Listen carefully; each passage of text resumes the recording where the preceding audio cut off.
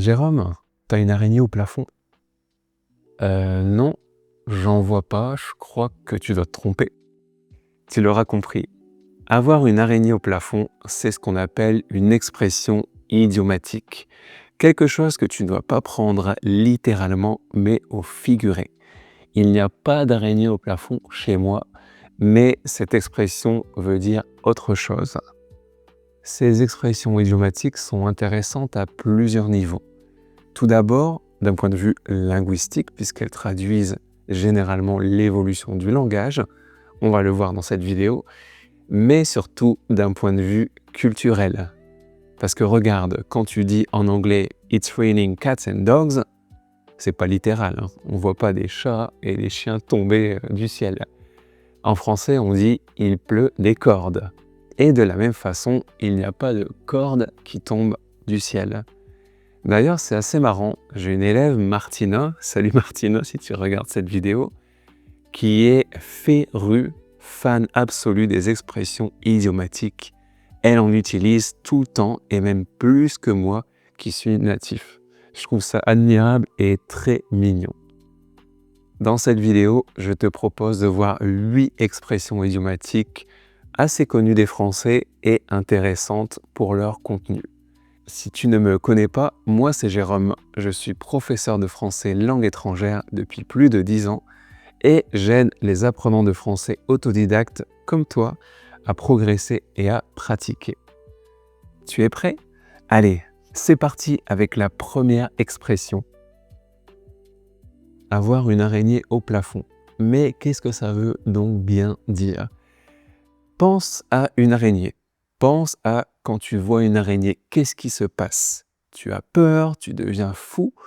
Donc imagine le plafond, c'est ton cerveau et tu as une araignée dans ton cerveau. Avoir une araignée au plafond, ça veut donc dire être dérangé, être barré, avoir un petit vélo dans la tête. Tu vois, on a beaucoup d'expressions pour exprimer cette folie en français. Et on a aussi quelques dictons très ancien qu'on n'entend plus beaucoup, c'est ce que ma grand-mère disait. Araignée du matin, chagrin. Araignée du soir, espoir. C'est très poétique, j'ai un peu du mal à comprendre ce qu'on entend par là, mais c'est quelque chose dont je me souviens de mon enfance. Amusant, n'est-ce pas? Les souvenirs reviennent comme ça. Deuxième expression. Découvrir le poteau rose. Alors, pour l'origine de cette expression, c'est un peu plus compliqué, on n'en a pas vraiment, mais considère la rose comme une fleur d'une beauté un peu secrète, un peu mystérieuse, un peu fragile. Et découvrir le poteau rose veut dire découvrir un grand secret. Généralement, un secret bien caché. J'ai découvert le poteau rose, c'est toi qui as volé les bijoux de la couronne. Je m'en remets pas, je vais jamais m'en remettre. Troisième expression. Prendre la poudre d'escampette. Là, on va faire un petit peu d'étymologie. Escampette vient du latin ou de l'italien qui signifie champ. Eh oui, le champ, hein, comme le champ du fermier. Et la poudre ne veut pas dire la poudre comme tu pourrais penser pour le maquillage ou la cocaïne. La poudre veut dire la poussière. Donc si tu imagines quelqu'un comme dans les Looney Tunes, Bip Bip et le coyote, Roadrunner, imagine quand le coyote arrive et le Bip Bip part rapidement, on voit la poussière, la poudre en suspension.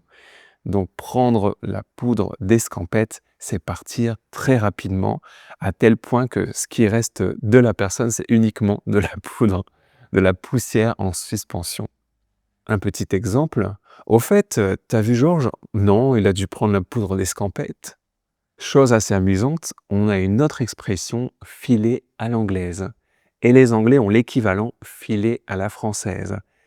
C'est de bonne guerre hein, entre Anglais et Français, on est bon amis, tu sais. Quatrième expression, pleurer comme une madeleine. On va trouver l'origine de cette expression dans la Bible avec Marie-Madeleine.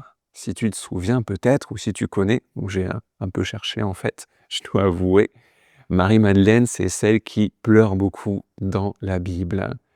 Donc cette expression, au Moyen Âge, était utilisée comme faire sa madeleine avec une majuscule.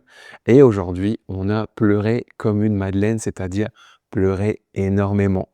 Attention, ça n'a rien à voir avec la madeleine ni la madeleine de Proust. Pas de pâtisserie ici pour une fois. 5e expression, remettre les pendules à l'heure. Alors je ne sais pas si c'est le cas dans ton pays, mais en France, on a le système heure d'hiver et heure d'été. Pourquoi ça existe?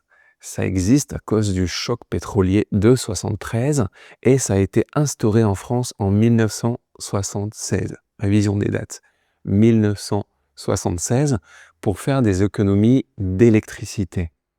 Donc remettre les pendules à l'heure, c'est mettre quelque chose à plat, remettre les points sur les i, c'est-à-dire être sur la même longueur d'onde.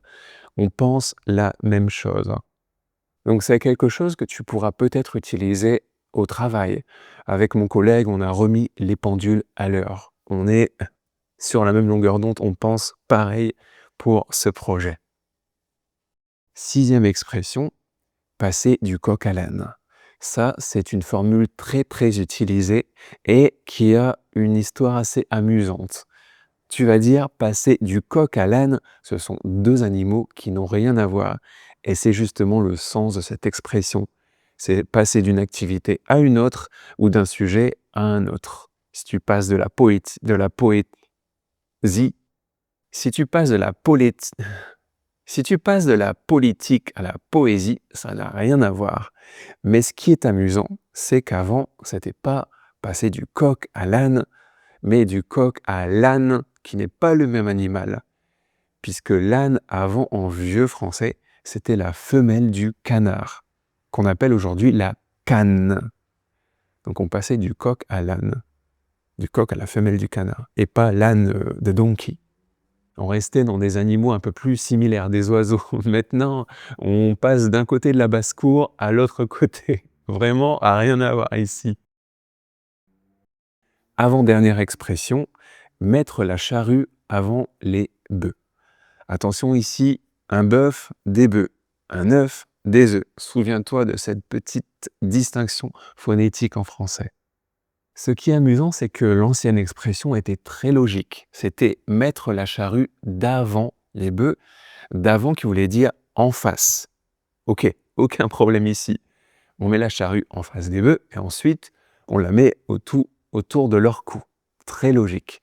Sauf que ce d'avant est devenu avant. Et maintenant, on a un problème de chronologie.